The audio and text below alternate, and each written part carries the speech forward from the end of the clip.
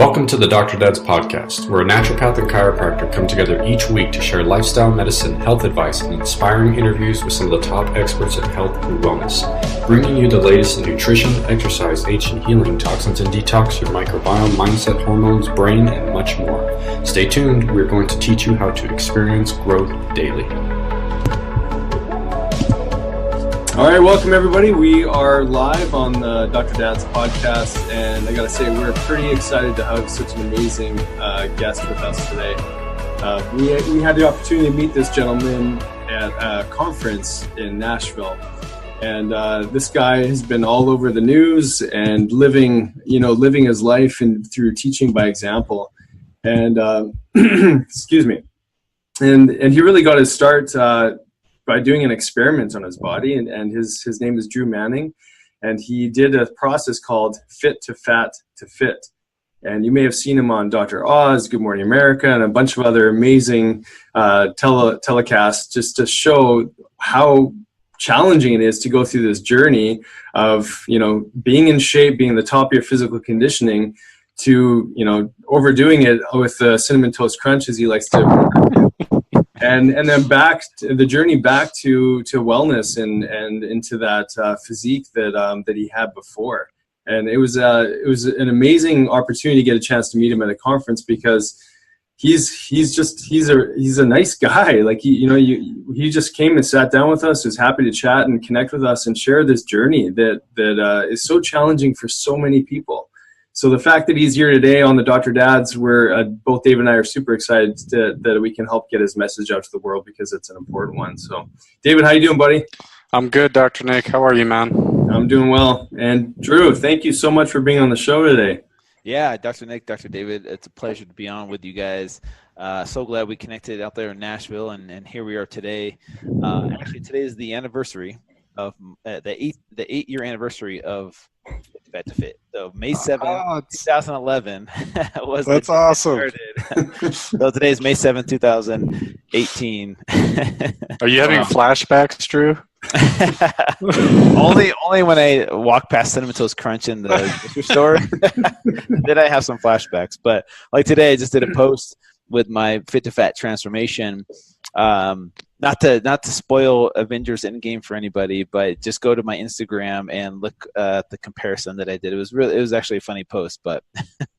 Well, and you guys got to check Drew out. He has on Facebook, this guy's got over 1 million followers, and on YouTube, which is a big channel for you, got over 40,000, right? Yeah. So great places to connect with them, and we'll ask about some more things later in the show. But Dr. Nick, get us started, man. Let's dig in. I want Drew to kind of share his journey.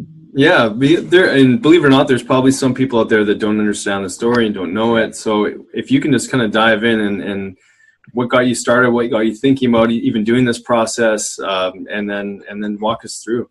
Yeah, so a little background about myself. I grew up in a family of 11 brothers and sisters, and we all played sports, right? I played football and wrestling from a very young age, and so for me, I've always been active. I've always been in shape. I've never known what it's like to be overweight. And in 2009, I became certified as a trainer. And there was an immediate disconnect between me and my clients, because here I was, someone who had never been overweight in their life, trying to help people who had been overweight the majority of their life. And there's an obvious disconnect, because I would get frustrated with them when they wouldn't follow the plans that I gave them. I would give them their meal plans and the workouts and be like, all right, here you go, just do it. And they would, come up with excuses as to why they caved and, gave into some unhealthy food, or didn't go to the gym when they were tired, and, they slept in, things like that. And I was like, well, why don't you just do it? It's not that hard. You just put the junk food down, you go to the gym, boom, it's not that hard. And so for me, I needed to learn something, because they would tell me, Drew, you don't understand, man. For you, it's so easy. And for us, it's so hard. And I couldn't understand why it was so hard for them. And I was thinking of ideas, and this idea of getting fat on purpose, I know that sounds ridiculous and crazy. It made sense in my mind. It kind of felt like a calling, something I needed to actually do. Even though it was crazy and ridiculous, I decided to do it. And I embarked on it. May 7th, 2011 was my first day. So for 6 months, the rules were no exercise. I couldn't exercise. And I ate a standard American diet, which we can get into. We talked about Cinnamon Toast Crunch. That was one of my staples. But I ate that way for 6 months and put on 75 pounds of pure fat. And then luckily lost it, in the second half of the journey. So 6 months of gaining, 6 months of losing. But it was one of the hardest things I've ever done. It was one of the most humbling things I've ever done. And it taught me so much of the mental and emotional side of transformation that I just had no idea really existed until I did this experiment. So my eyes were opened, and I realized how wrong I was in my approach to helping people transform. That's incredible. I mean, most people, once they get to a place where they're happy, the last thing they want to do would be to reverse all of that hard work. Yeah. I know most people don't do this. Actors do it sometimes, but they get paid millions of dollars. I wasn't getting paid to do this. It was, it was just my own self-experiment. Mm-hmm. And that's part of your journey as a human being too, is that, hopefully for all of us, is that we want to be able to relate to each other and be in community and be supportive. And the fact that you took this on to serve a larger population of people, I mean, it's a big undertaking. And Dr. Oz, I'm just flashbacks to the show that when you were on there, he was kind of looking at you like, Drew, you're not looking so good, and your numbers are not looking good either, and you're on a downward trajectory here to some seriously ill health. What was that like? Just getting that feedback, and obviously you knew you were going to turn it around again, but just to be in the shoes of someone in that experience, what was that like? Yeah. So first of all, going into this, I knew the risks. I worked with a lot of doctors at the time. I worked in the medical field before I did FIT2FAT2FIT and before I was a trainer. And so I knew the somewhat of the medical risks, but that one experience of being on Dr. Oz really opened up my eyes to just how much we don't focus on the inside of our bodies. We focus so much on the outside of, okay, how's this food going to affect my weight? Is this going to help me gain fat or lose fat, right? And we don't look at food as how is that going to affect us at the cellular level, or how is it going to affect our hormones? So much more than just weight loss or fat loss. And so for me, being overweight for the first time, this is why it was so humbling, because my identity, my entire life was based on my body. My body looked a certain way pretty much my whole life. I wasn't ripped and shredded coming out of the womb, but I was, I never experienced what it was like to be overweight. And my identity was based on that. And so for me, being overweight for the first time was very uncomfortable. I kind of freaked out, to be honest with you, because I didn't know who I was anymore. And I would want to go up to strangers in public and tell them that I really wasn't overweight, that this was just an experiment. And then I didn't even know these people. And I didn't really do this, but I wanted to. I wanted to go up to people and say, hey, this isn't really me. Here's my before picture. Go to this website. It'll explain everything. Because I was so uncomfortable in my own skin. And being married at the time, I remember covering up in front of my wife, stepping out of the shower. I didn't want her to see me naked. I didn't want to see myself naked. And so it really played games with my head. The mental and emotional journey of gaining the weight was way harder than the physical. Physical was still hard. I mean, walking upstairs, breathing heavy, bending over and tying your shoes, like holding your breath just to be able to tie your shoes because all that visceral fat, making it difficult to breathe, snoring at nighttime affecting my sleep, which affected my energy levels throughout the day, the lethargy. It was very humbling, all of it, but on the mental and emotional side was where it was the most difficult, and that's where I learned the greatest lessons, though. So can you speak a little bit to the emotions and the behaviors that you noticed that changed a lot for you? Because you said something important. You hadn't been overweight your whole life, so that was a completely different experience. And some people, they grow up in it, man. Like, this is something that starts at the beginning of life for them, and they've never experienced a fit, healthy body. And so what was that like? Mm-hmm. Yeah, great question. So this was the interesting thing was, before this journey, my outlet or my stress reliever therapy was exercise. And now that I couldn't exercise, I had to find a new stress reliever, and guess what that was? It was food. And this is what I realized a lot of people fall into, this trap of food creating this vicious cycle of providing an instant of relief, and the food tastes good, you feel good for a little bit, but then you feel awful, right? You have to have that high again because you get a crash, and your blood sugar spikes, eating Cinnamon Toast Crunch or drinking a soda, and then after that spike, you get a crash, you feel awful, you feel miserable, you feel like you're going to die, so you need to get that high again, and so food becomes comfort for you. It becomes your therapy, but it also creates that vicious cycle of love-hate, where you love it, but then you hate it, you love it, you hate it, and it just repeats itself. And so for me, a couple of the things that changed about my behavior during this journey was, when your hormones are off, you're not sleeping well, and you're eating these types of foods, you're living this type of lifestyle, people don't realize how it affects your personality. Like I said, people look at food as gaining weight or losing weight, right? And it affects us so much more than just that. And when your hormones are off, you're a different person. When you have low testosterone as a 30-year-old male, you're a different person than when you have optimal, hormonal levels of testosterone. That's just one hormone, Imagine how everything else was thrown off during this journey. And yes, I was more emotional. My ex-wife in her book, chapter 4, she talks about how I kind of became the female in the relationship because I was always complaining. I was more emotional. And this food definitely it was the culprit, things like Cinnamon Toast Crunch and white bread and white pasta and juices and granola bars and chips and cookies and crackers and Hot Pockets and SpaghettiOs and ramen noodles and these types of foods that, most of us in our circle don't eat, but 90% of Americans still eat this way because the food is convenient. It tastes really, really good, right? The hyper palatability of this food is incredible what these companies can do with these foods, and it's affordable, right? It's super cheap, and so that's why people gravitate towards these foods, and we just get hooked on them. Mm-hmm. Well, what's funny is that you're describing nearly every symptom that someone would come in to see us for. It hurts when I go up the stairs. I'm tired all the time. I'm addicted to food. Emotionally unstable. Hormones are off, and for men, it's high estrogen, low testosterone with all that sugar and estrogen. From the different types of chemicals that are in the food. I mean, this is kind of nearly every patient. Yeah, and I purposely did this. And so it's interesting to see it from kind of what it's like. Not exactly, but kind of what it's like for 6 months to live this way. And my eyes were opened. And I just realized a couple things. How much of transformation is mental and emotional, even though in the fitness industry, we try and make it about calories in, calories out, what's the new workout, what's the new diet. And we think that's the key to transforming our health is the physical aspect of it. But in reality, if that's all it took, everybody in this world would be skinny and fit, right? If all that was like, okay, just got to eat less and work out. All right, I'll do that. But people know it's so much more of a mental and emotional journey. That's why they can't live it as a lifestyle change because they don't know how to fix the mental and emotional side of themselves yet. They're just trying to willpower their way through the physical, which in the end doesn't last very long for a lot of people.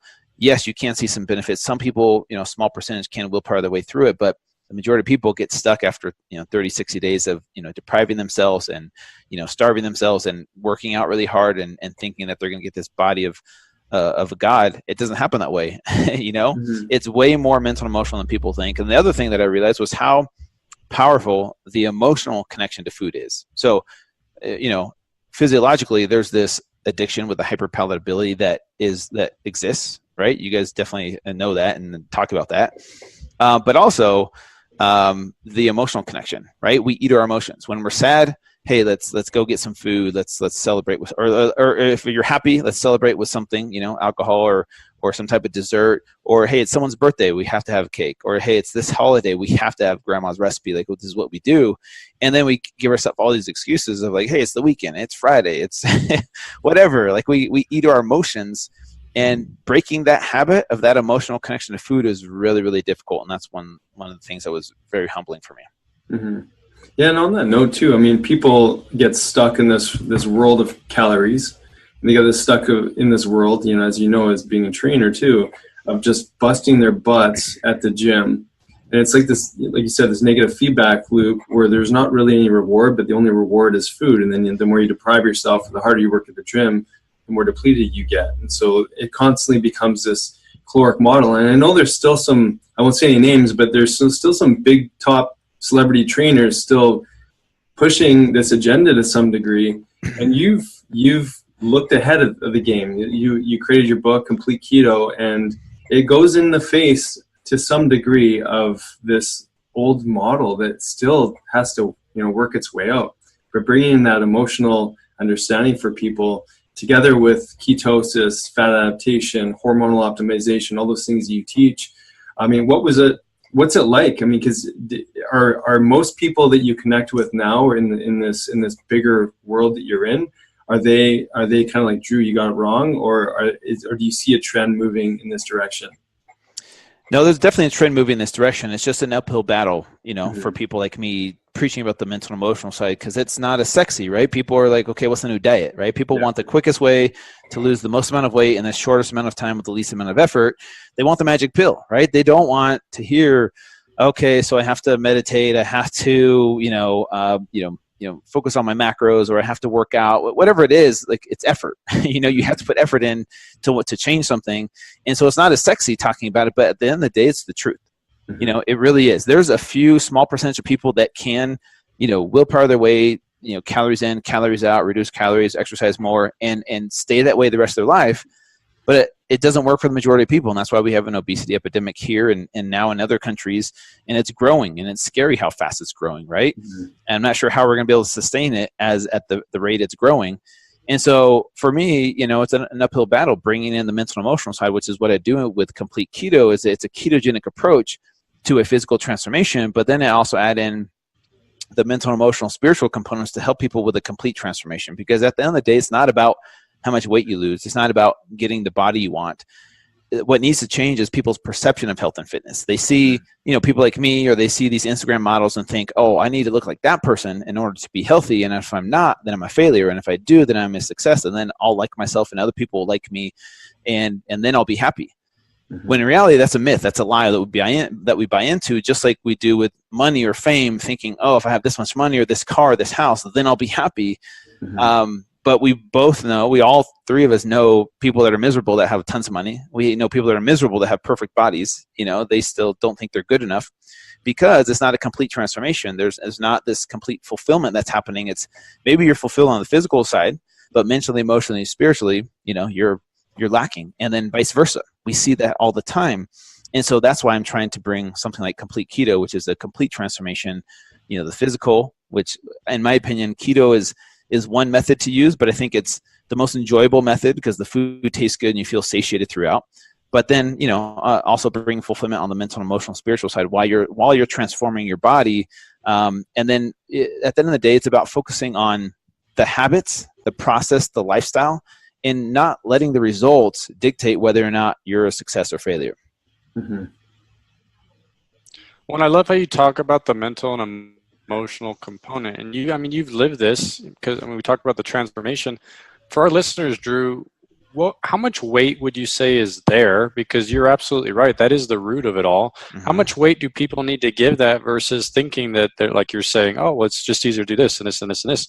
Talk to our listeners a little bit about that experience and how much weight you give it overall. Yeah, that's a great question. So here's the thing I tell people: I could give someone the best meal plans, the best workouts, the best supplementation protocol, and everything, every physical tool that they would need to transform, and most people would be able to do it. And a great example of that is TV shows like The Biggest Loser. They are given everything to follow, to transform their body. And guess what? They all transform their bodies, but their minds aren't transformed. Why? Because at the end of the show, 90+% gain the weight back. So they've been given all the tools to transform their bodies, and that's great, but it doesn't last forever. And so that's one example. So for me, it's 90% mindset, 10%, the physical stuff. And so, for me, the problem is that 10% is what 90% of the population focuses on, and that's what they want. They think that's the end all be all, and they realize, oh, that was too hard. I want it to be easier than that.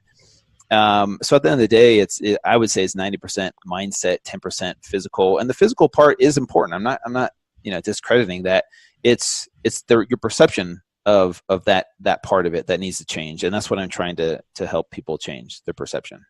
Well, and Nick and I would completely agree with you there, man. I mean, the mindset it's the root of the puzzle. And you said something earlier. You talked about identity. Now that you've gone through this process with your clients, now when you do your coaching and your training, how much of that identity work do you have to help with your clients? Oh man, so that's one of the things that happens is with, for example, people from The Biggest Losers, their identity is still an overweight person, even when they lose the weight, right? Because what happens is the feedback loop goes away. People are like, "You look great, you look amazing," and then after they've lost the weight, it goes away. It's like I don't get told all the time, like, "Wow, Drew, you look great." It's like, well, he's looked that way for a long time, so we don't say, "You look great, man. You lost a lot of weight." But so what happens is that feedback loop goes away for people, and And so for them, a lot of them, they haven't changed their mindset. So they go back to that identity that feels safe for them. And that for some people, that's overweight.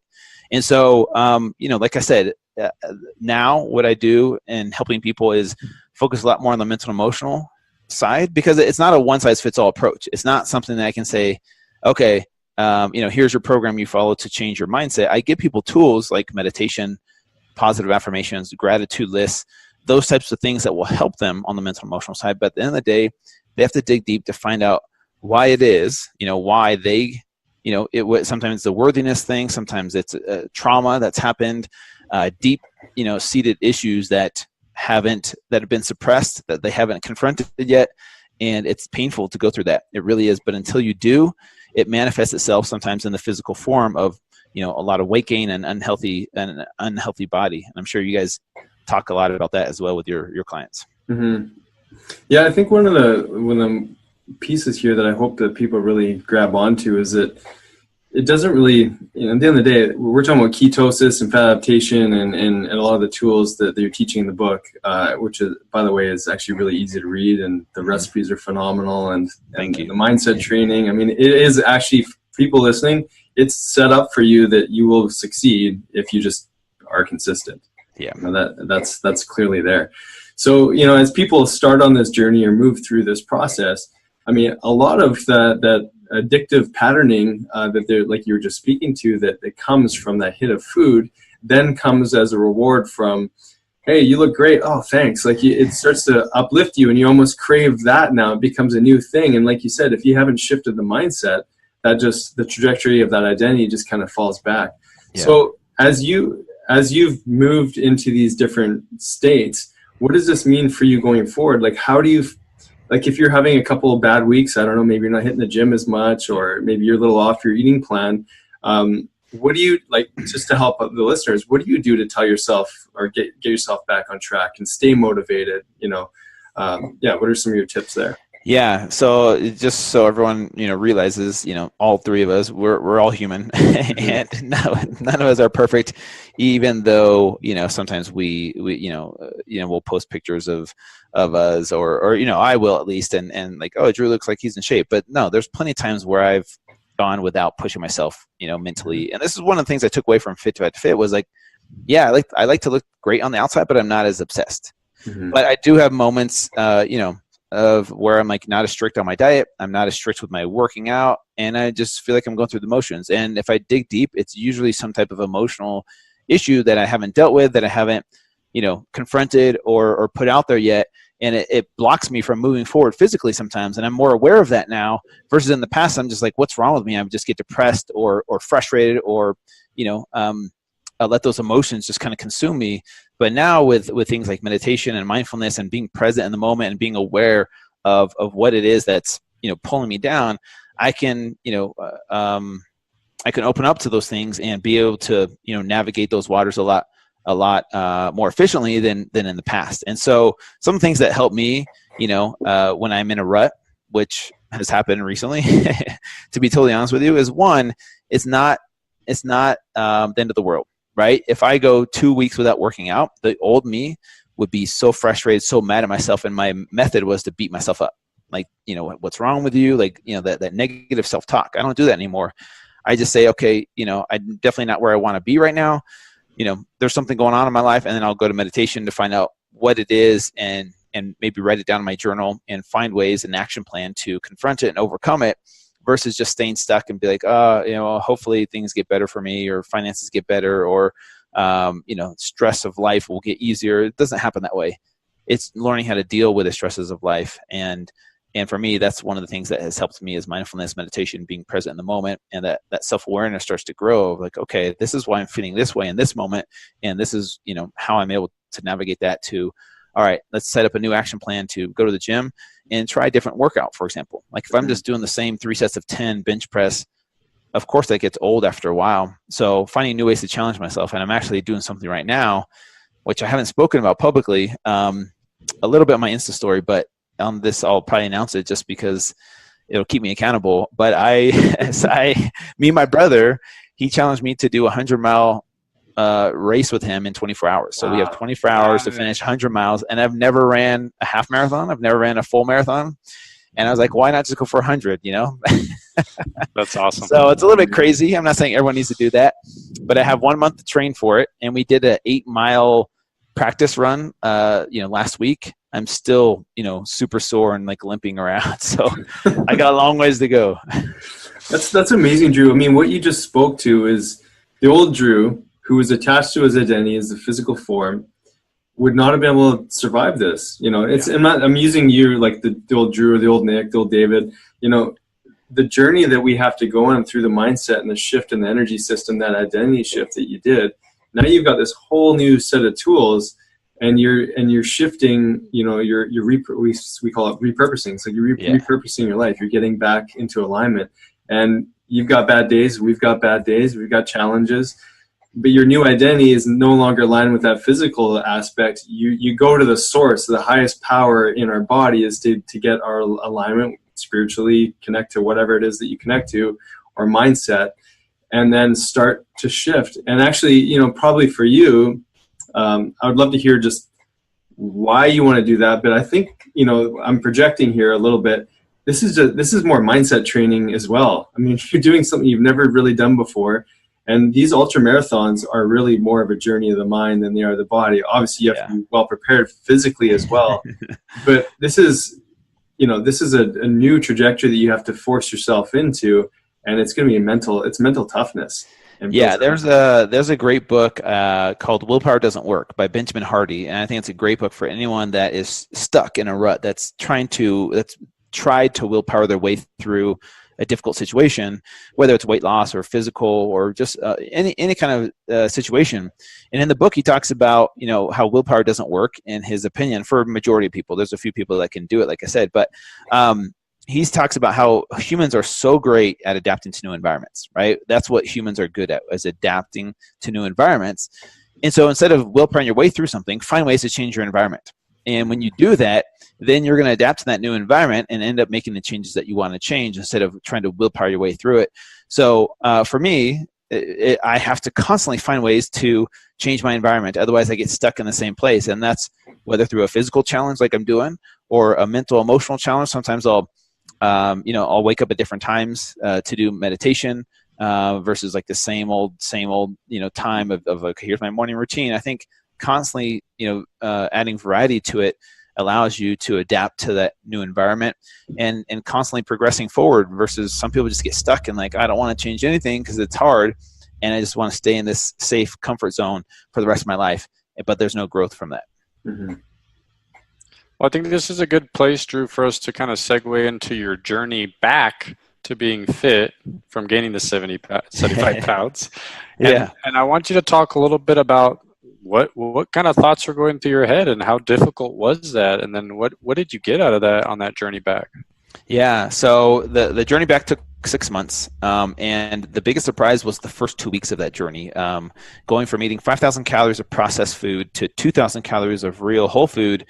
I thought it was going to be, thought I was going to feel great and it was going to be an awesome transition. The transition sucked really bad. It was way harder than I thought it was going to be. Going from that, switching those, from one food to another food, like in one day, I did a cold turkey.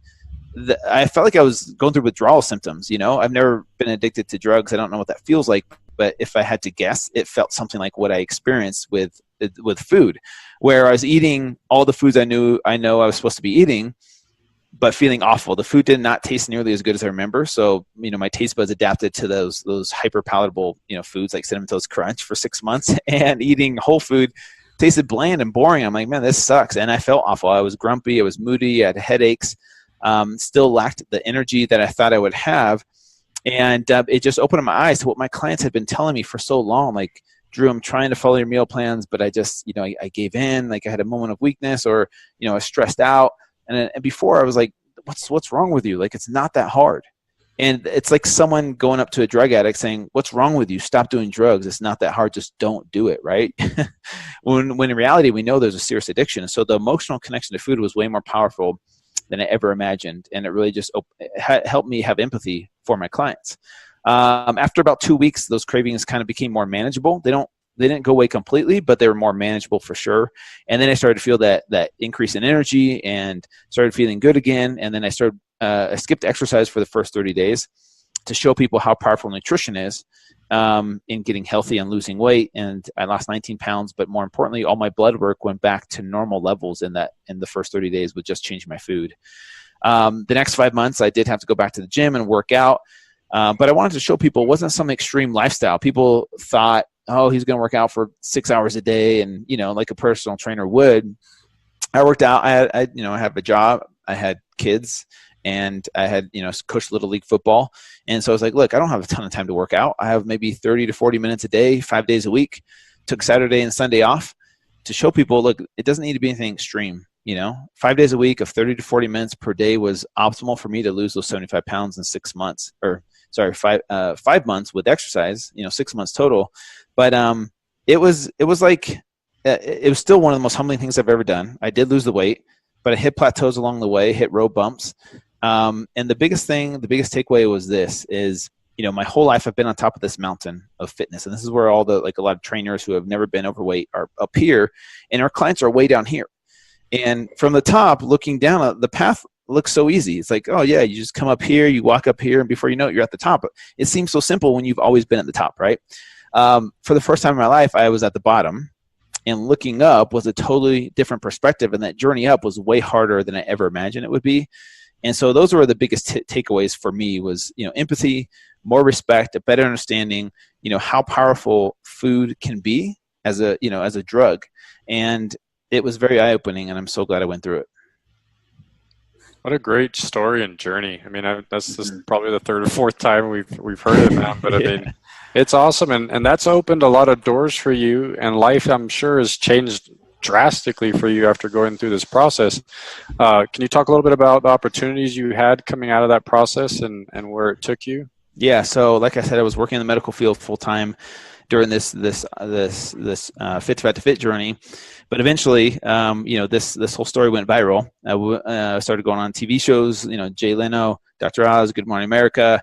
Then a book deal happened about maybe almost halfway through. So I wrote a book about this journey as it was happening. It's called FIT2FAT2FIT. I did a whole media tour at the end of my journey, losing the weight. Did a big reveal on Good Morning America and went on The View and a bunch of other shows. And the story went viral, and the book became a New York Times bestseller. A couple years later, the book turned into a TV show called FIT2FAT2FIT on A&E.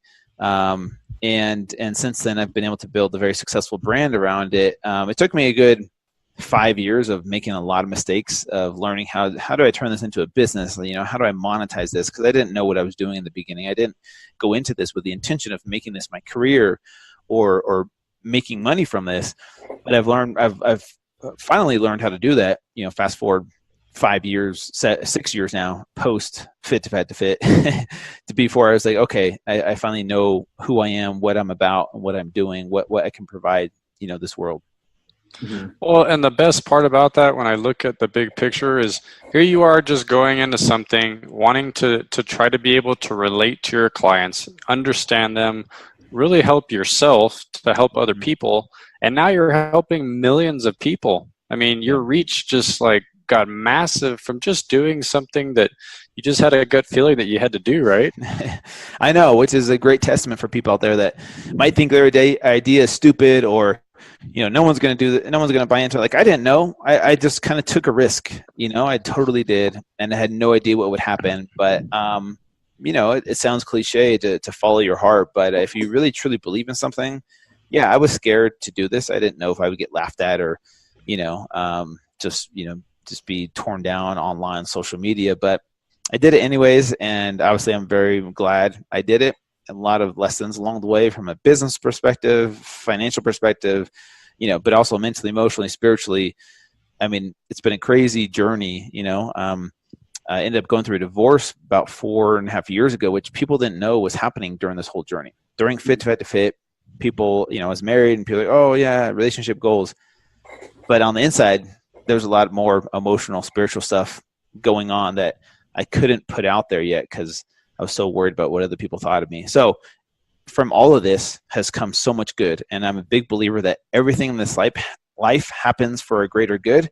Even if it sucks at the time, even if it seems like a bad thing, life is happening for you, not to you. And if you can change your perspective of that, life is so much more amazing versus looking at life like, why me? Why did this happen to me? It's more so, okay, this is happening to me. What can I learn from this? How can I grow from this? Mm-hmm. And if you do that little change, man, life has such a different meaning. That's such a powerful message, Drew. That's amazing. And considering that most people are stuck in that fog, that haze, like the less than watered down version of themselves because of their eating habits, their belief systems, etc.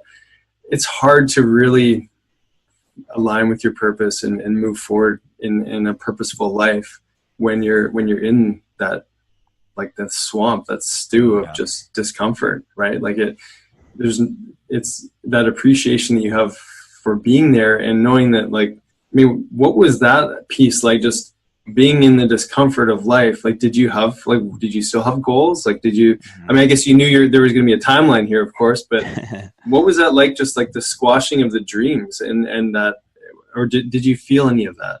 No, I did, but I kept it inside, which is what, we were taught as men to do in society, is to keep those emotions in, don't talk about them, push those feelings down and pretend like everything's okay on the outside. And I did a really good job of that because I'd been trained from a very young age with the culture I grew up in, the perception of the culture, right? From sports to the religion I grew up in to my family environment was, I learned that from a very young age, to suppress everything, man up and act like everything's okay. And it worked for a little bit, but eventually broke me later on down the road. So once I learned to embrace vulnerability as a strength, which is what I learned from Brene Brown, who changed my life completely, man, my life opened up. My eyes were open to living an authentic life for the first time versus living my life for other people of who they wanted me to be. There's power in that. It's scary as hell. It's very scary to, step into that arena and say, this is me, and own that is really hard. But that's why I got it tattooed on my forearm.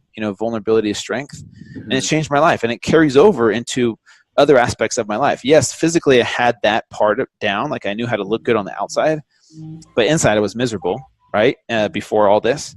And it wasn't until, I learned to own my story and embrace vulnerability as a strength, where it kind of carried over into the physical, the mental, emotional, spiritual, the complete transformation, where I was fulfilled on all levels. And then it carried over into my business because I finally realized who I was and what I was about and what my purpose was in this world. It carried over into my business as well. And so I think that's overlooked sometimes, but it all ties together. Man, that's such I love that you went there, because that's right. Vulnerability is her strength. And Brene Brown is, she's phenomenal.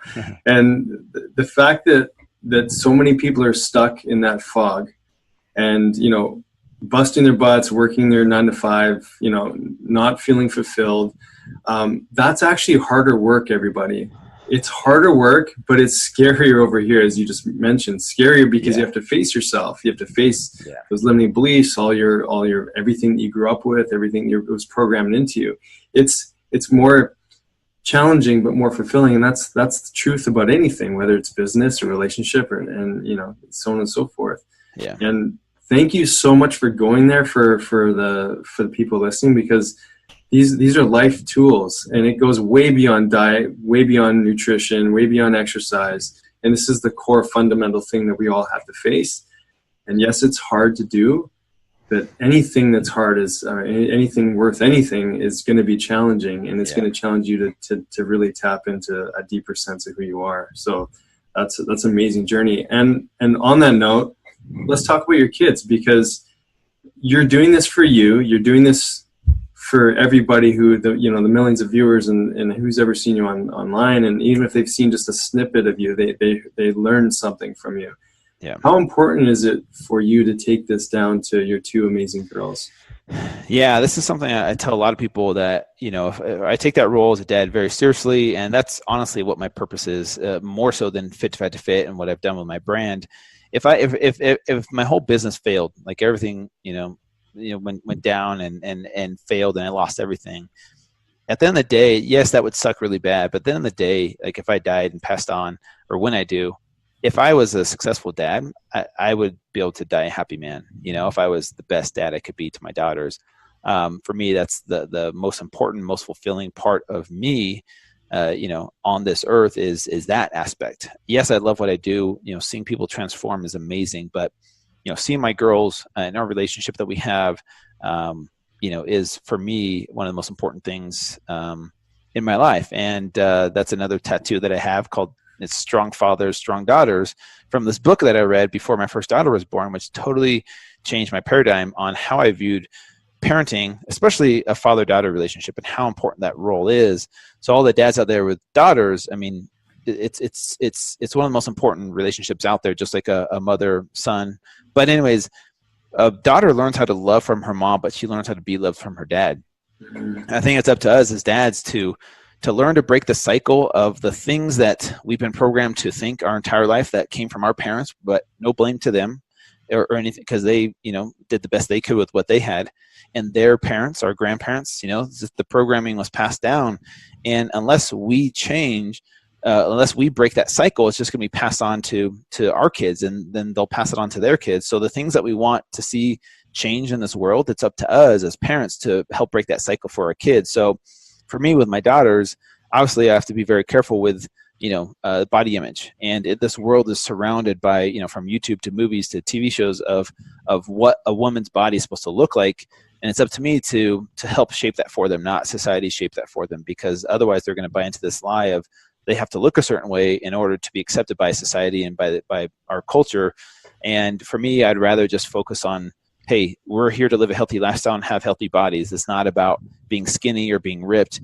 It's about being the best version of you that you can. And that starts with eating real food and moving our bodies as much as possible, and not feeling sick or getting or injuries, disease. Those types of things is what we're trying to prevent. But when it becomes about body image, that's where it gets dangerous, whether you have a son or a daughter.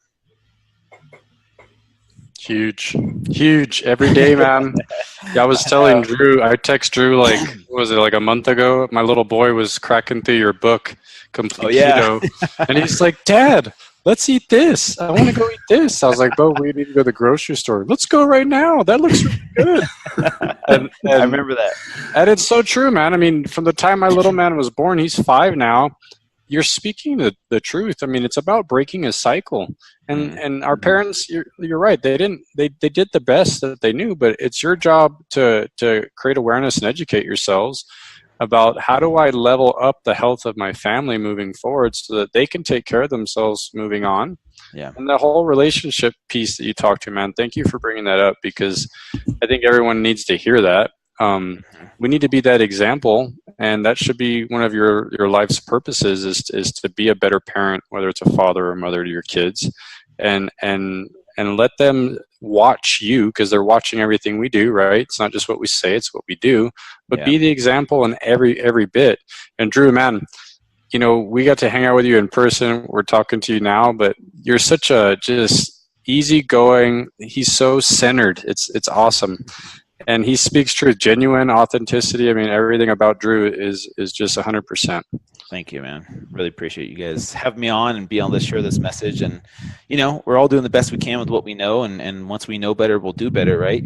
And it's all about just progressing forward. And I think sometimes we wait too long to give ourselves permission to be happy. We think, well, once I have this body or this house or this level of success, then I can be happy. But it's learning how to be happy now where you're at while you're working on a better version of yourself. And for me, that's one of the biggest lessons I've learned over the years. And hopefully people listening give themselves permission to be happy and not be so hard on themselves. And there's some things that have helped me get to that point. It doesn't happen overnight, but it really starts in our heads. Like our perception becomes the story that we tell ourselves, and that story becomes our reality. So if you can learn how to change your perception, you change your story, you change your reality. And so it's something that I've learned over the years, but it's up to each individual to learn for themselves. Mm-hmm. So as you continue on your training for the 100-mile 24-hour run, which I can't wait to hear feedback and see the posts on it. Sure. What else is sort of down your timeline, say in the next year or two for you? Yeah, so I'm launching, talking about dads, I'm launching another business / podcast called Single Daddy Daily. And it's not just for single dads, but it's me and another single dad from California. We teamed up for this to to bring a whole platform for parents in general. It's just two single dads, doing the best we can with what we know and passing that information along. So on the podcast, we cover, hard topics.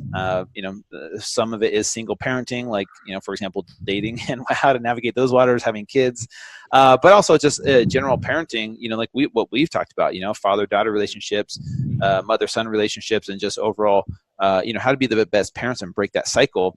That's what really it's about. So it's called Single Daddies Daily, and that'll, we'll have a whole social media platform and website, and so stay tuned. A lot of good stuff there. Other than that, I still have, I'm still trying to just run my company's FIT2FAT2FIT and the keto digital content that I have, my new book, Complete Keto, my supplements that I've had out for a while, but those are called Complete Wellness. And just trying to juggle all these while being a single dad and navigating those waters is it's fun, man. I'm just excited for the adventures ahead. Mm-hmm. I got to ask you, I forgot to ask this earlier, but it kind of fits in now. Who's your mentor? Like, who do you sort of like stream behind, or who do you look for inspiration and course correct? And just love to hear. Yeah, there's a few other people like you guys have mentioned about me, being centered, being grounded. I kind of gravitate towards the same people, which is why we've connected. Mm-hmm. So I don't have just one mentor. I have, I would say a lot of mentors, and I know that we don't know each other that well, but I would consider you guys mentors. You guys are successful dads, running successful businesses, but also balancing family life. For me, it's other people that are in similar shoes as me, mm-hmm. and are doing really good things. So I look at people that have kids that are, whether they're married or not, doesn't matter, but I know single dads out there that I look up to. I have, married dads that are out there that I'm like, man, this guy knows what he's talking about. And so it's a wide variety of people. And luckily I've been able to connect with so many people where I could text them and be like, hey man, I'm struggling with this. They got my back, mm-hmm. and it's really cool to have that support network. So, but it's like-minded people going through similar situations as me. And from an outside perspective, it seems like they're killing it. That's awesome, man. I've never heard anyone say that. And that's, I appreciate that. I'm honored, and right back at you. I know David and I both feel the same way. Super honored, man. Yeah, and people, what you're listening to, like Drew's not putting on a show right now. He's actually, that's a practice of yours. There's just humility and being humble, being appreciative and grateful, and seeing the beauty all around you, and the opportunity and relationships and whatnot. And that's a lesson right there, man. It's really, really powerful. All of my wife, like all the other amazing women that are with us are just like, there's this guy's such a nice guy, and so it's true. It's authentic. It's real. So one thing that we like to always leave our listeners with is some home play assignment that our guests sort of, here's a step one, a first place to start. Maybe it's a book, maybe it's, I would say everyone should definitely get out and get your Complete Keto book, because being a doctor myself, I look at that and go, here, patient, eat this, because it's kind of everything you need to do from a nutrition lifestyle point of view. Get going on that, and that could be the home play. But what do you have for us? Yeah. Oh man, just one thing. Actually, a whole list of things. All right. So start with Brene Brown, Daring Greatly, and then no, I'm just kidding. No, her books did change my life. If you haven't read those, definitely read those. But for me, one of the biggest things that impacted me, and there's a ton, but it's just, I'm going to speak to one thing. And I think this is hard for men to do, but it's the power of positive affirmations. Saying words about yourself out loud to yourself is really powerful, because as men, sometimes we don't give ourselves permission to say, hey, I'm proud of you. Like, for example, my dad, he was a guy's guy, and he never said, hey, I love you, or I'm proud of you. And I don't blame him, or I'm not mad at him. But what I realized is that I never gave myself permission to be proud of myself either. And so positive affirmations, even though it sounds weird, like I think of Stuart Smalley from Saturday Night Live. I'm good enough, I'm smart enough, and doggone it, people like me. Like it sounds super cheesy, and I totally get it. But real talk, going into a room, looking yourself in the mirror and saying things about yourself to yourself is really powerful. And I challenge everyone at home to do it for 30 days. Just say 3 to 5 things about yourself. It could be something like, I'm proud of you. You are worthy. You're a good man. You're a good father. And you can start there. and each day do 3 to 5 new things, and it's really powerful. Even David Goggins in his new book, Can't Hurt Me, he talks about how he has these conversations with himself in the mirror, most of these accountability talks, I think is what it's called. Mm-hmm. But anyways, very powerful stuff, just, positive affirmations. And it really is powerful. And I promise you just to try it for 30 days and see how it impacts, how you view yourself. 30 days, guys. Remember, that's key, Yeah. Drew. That's the consistency Drew's talking about. It doesn't work if it's just a couple days. Yeah, and that's in my book too. So I give you examples of how to do positive affirmations along with diet and exercise and those things that you need to do. Mm-hmm. That's amazing. Drew, thank you so much for taking time with us today. You're a busy man. I mean, there's so much going on for you, and so we just really appreciate that you took the time to speak with us today and to our listeners. More importantly. Well, thanks for having me on. Appreciate you guys. Yeah, many thanks, brother. Yeah, look forward to checking in with you and seeing how the run goes and everything else. I'll keep you guys posted. Hopefully I'll still be alive afterwards. All right. Any last words, David? That's it, man. What a great episode. Can't wait to get this one out. Thanks, guys. Yeah, Thanks, Drew. Thanks for listening. If you enjoyed today's podcast, please be sure to subscribe to the Dr. Dads and share with your family and friends. You can also follow and interact with Dr. Nick and Dr. David on Facebook and Instagram for a daily dose of inspiration and the latest in health and wellness. Be well.